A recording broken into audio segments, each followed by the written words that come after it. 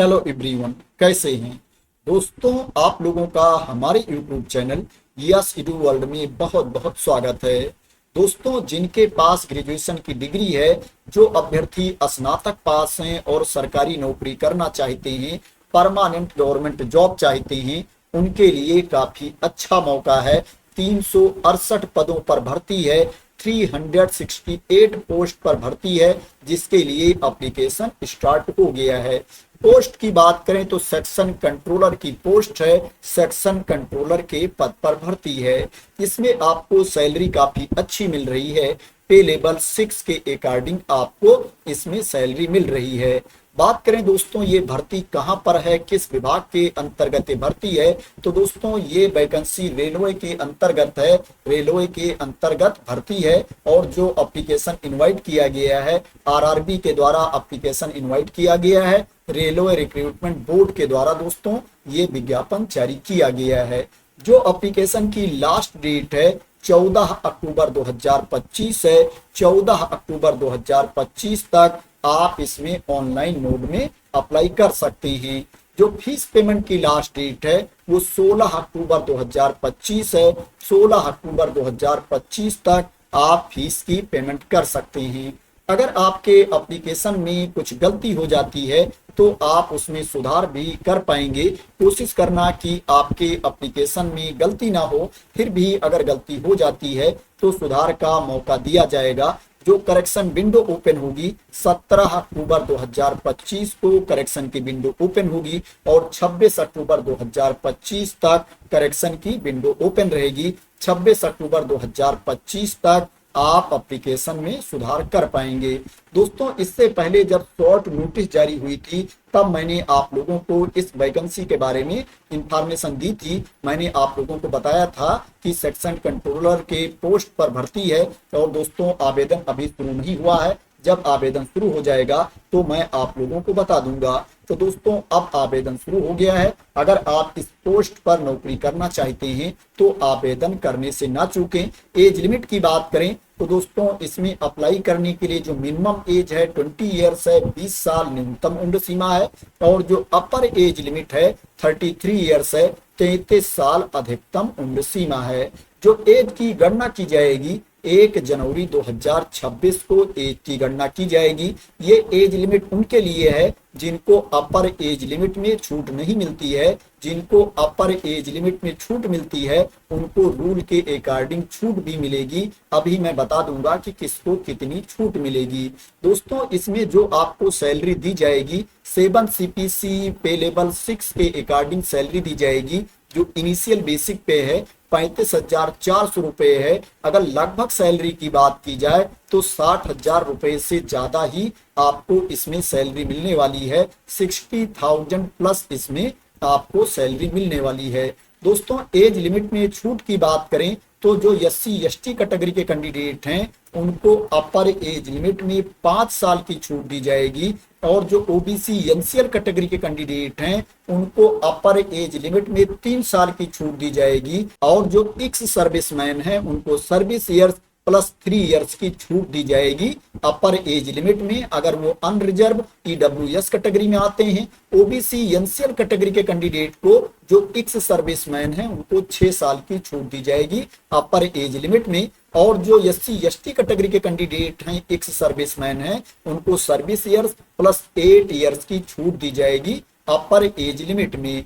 जो PWBD category के candidate हैं उनको भी अपर एज लिमिट में छूट दी जाएगी। जो PWBD अनरिजर्व EWS कैटेगरी के कैंडिडेट हैं उनको अपर एज लिमिट में 10 साल की छूट दी जाएगी और PWBD OBC NCL कैटेगरी के कैंडिडेट को अपर एज लिमिट में 13 साल की छूट दी जाएगी और जो PWBD SC ST कैटेगरी के कैंडिडेट हैं उनको अपर एज लिमिट में 15 साल की छूट दी जाएगी। तो ये एज लिमिट में छूट के बारे में इंफॉर्मेशन थी। दोस्तों, इसमें आपको फीस भी पे करनी पड़ेगी।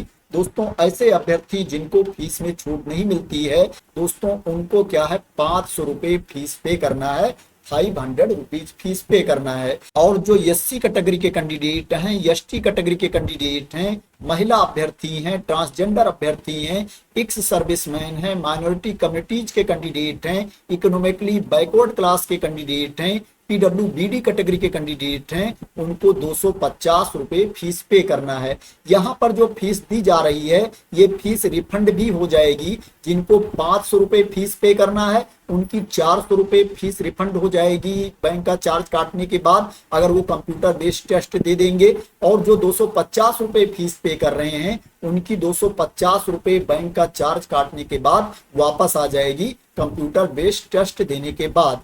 अगर आप रिटर्न टेस्ट नहीं देंगे तो आपकी फीस वापस नहीं होगी, इसका आपको ध्यान रखना है। बात करें इसमें आपका सिलेक्शन कैसे होगा, सिलेक्शन का प्रोसेस क्या है, तो दोस्तों इसमें रिटर्न टेस्ट होगा और कंप्यूटर एप्टीट्यूड टेस्ट होगा। Written test computer aptitude test के बेसिस पर आपका सिलेक्शन किया जाएगा। उसके बाद डॉक्यूमेंट वेरिफिकेशन होगा, मेडिकल एग्जामिनेशन होगा। मैं आप लोगों को बता देता हूं कि जो रिटर्न टेस्ट होगा उसमें कितने प्रश्न पूछे जाएंगे, कहां से कितने प्रश्न आएंगे। दोस्तों इसमें जो कंप्यूटर बेस्ड टेस्ट होगा, रिटर्न एग्जाम होगा, उसमें टोटल 100 क्वेश्चंस पूछे जाएंगे, 100 प्रश्न पूछे जाएंगे। और जो आपको टाइम दिया जाएगा 2 घंटे का टाइम आपको दिया जाएगा, 120 मिनट का टाइम आपको दिया जाएगा। इसमें निगेटिव मार्किंग भी होगी। अगर आप किसी प्रश्न का गलत उत्तर देते हो तो एक गलत उत्तर के लिए आपके 1/3 मार्क्स काट दिए जाएंगे, 1/3 अंक आपके काट दिए जाएंगे। इसमें एनालिटिकल एंड मैथमेटिकल कैपेबिलिटी से 60 क्वेश्चंस पूछा जाएगा, 60 प्रश्न पूछा जाएगा। और लॉजिकल कैपेबिलिटी से 20 क्वेश्चंस पूछा जाएगा, 20 प्रश्न पूछा जाएगा। और मेंटल रीजनिंग से 20 क्वेश्चंस पूछा जाएगा, 20 प्रश्न मेंटल रीजनिंग से पूछा जाएगा। टोटल 100 प्रश्न पूछा जाएगा, एक प्रश्न 1 अंक का होगा। दोस्तों इसमें मिनिमम क्वालिफाइंग मार्क्स भी है, उतना आपको लेकर के आना पड़ेगा, तभी आप पास माने जाओगे।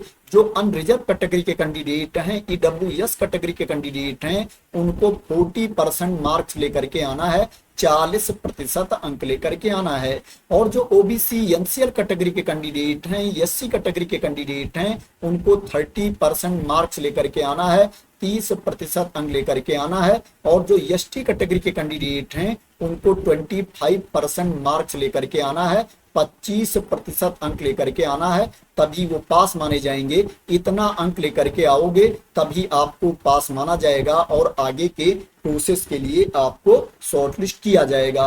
दोस्तों जो कैंडिडेट रिटन टेस्ट में क्वालिफाई हो जाएंगे उनको दोस्तों शॉर्टलिस्ट करके कंप्यूटर बेस्ड एप्टीट्यूड टेस्ट के लिए बुलाया जाएगा, CBAT के लिए बुलाया जाएगा। दोस्तों जितनी नंबर ऑफ वैकेंसीज है उसके 8 गुना अभ्यर्थियों को बुलाया जाएगा, 8 टाइम्स कैंडिडेट को बुलाया जाएगा कंप्यूटर बेस्ड एप्टीट्यूड टेस्ट के लिए। दोस्तों जब आप कंप्यूटर बेस्ड एप्टीट्यूड टेस्ट दे दोगे तो उसके बाद दोस्तों फाइनल मेरिट लिस्ट तैयार की जाएगी और कैंडिडेट को डॉक्यूमेंट वेरिफिकेशन के लिए बुलाया जाएगा। दोस्तों इसमें 70% मार्क्स आपका कंप्यूटर बेस्ड टेस्ट का जोड़ा जाएगा और 30% मार्क्स जो है वो CBAT का कंप्यूटर बेस्ड एप्टीट्यूड टेस्ट का जोड़ा जाएगा और फाइनल मेरिट लिस्ट तैयार की जाएगी। जो डॉक्यूमेंट वेरिफिकेशन के लिए अभ्यर्थियों को बुलाया जाएगा, जितनी नंबर ऑफ वैकेंसीज है, जितनी नंबर ऑफ पोस्ट है, दोस्तों उतने ही कैंडिडेट को डॉक्यूमेंट वेरिफिकेशन के लिए बुलाया जाएगा। अगर एग्जाम कई शिफ्ट में होता है तो इसमें नॉर्मलाइजेशन फार्मूला भी लागू किया जाएगा। नॉर्मलाइजेशन के बेसिस पर कैंडिडेट को मार्क्स दिए जाएंगे। तो दोस्तों ये सिलेक्शन प्रोसेस के बारे में इंफॉर्मेशन थी। आशा करते हैं कि आपको इसके बारे में क्लियरिटी मिल गई होगी। दोस्तों अगर आप जोन वाइज वैकेंसी देखना चाहते हैं, RRB wise category wise vacancy देखना चाहते हैं तो उसके बारे में भी नीचे यहाँ पर इंफॉर्मेशन दी गई है, आप उसको देख सकते हैं। यहाँ पर category wise zone wise vacancy दी गई है जिसके बेसिस पर आप डिसाइड कर सकते हैं कि आपको किस RRB के अंतर्गत, किस जोन के अंतर्गत अप्लाई करना है। दोस्तों क्वालिफिकेशन की बात करें तो आपके पास ग्रेजुएशन की डिग्री होनी चाहिए। जैसा मैंने स्टार्टिंग में ही आप लोगों को बता दिया है, कोई भी स्नातक की डिग्री है, कोई भी ग्रेजुएशन की डिग्री है, आप इसमें अप्लाई कर सकते हैं। अब दोस्तों बात करते हैं कि इसमें आपको अप्लाई कैसे करना है। कहां पर जाकर के आपको अप्लाई करना है। तो दोस्तों आपको rrbapply.gov.in इस वेबसाइट पर आकर के आपको अप्लाई करना है। अगर आपने रजिस्ट्रेशन नहीं कर रखा है तो पहले इसमें आपको रजिस्ट्रेशन करना पड़ेगा, अकाउंट बनाना पड़ेगा। अकाउंट बनाने के लिए आप देख सकते हो यहाँ पर क्रिएट एन अकाउंट का ऑप्शन दिया गया है। इस पर क्लिक करके आपको अपना अकाउंट क्रिएट कर लेना है। जब आपका अकाउंट क्रिएट हो जाएगा, जब आपका रजिस्ट्रेशन हो जाएगा, तो उसके बाद आप इसमें लॉगिन करके अप्लाई कर सकते हैं। तो दोस्तों ये रेलवे के अंतर्गत वैकेंसी निकली है। आशा करते हैं कि आपको इस वैकेंसी के बारे में क्लियरिटी मिल गई होगी। दोस्तों अगर आपको इस वैकेंसी के बारे में क्लियरिटी मिल गई हो और इसी तरह की इंपॉर्टेंट अपडेट चाहते हैं, इंफॉर्मेशन चाहते हैं, वैकेंसी की न्यूज चाहते हैं, तो आप लोग मेरे चैनल को सब्सक्राइब कर लेना अगर अभी तक सब्सक्राइब ना किया हो। और दोस्तों अगर आप लोगों को लगता है कि मैंने सही इंफॉर्मेशन दी है, क्लियर इंफॉर्मेशन दी है, तो इस वीडियो को लाइक और शेयर भी कर देना। तो थैंक यू सो मच दोस्तों फॉर वॉचिंग।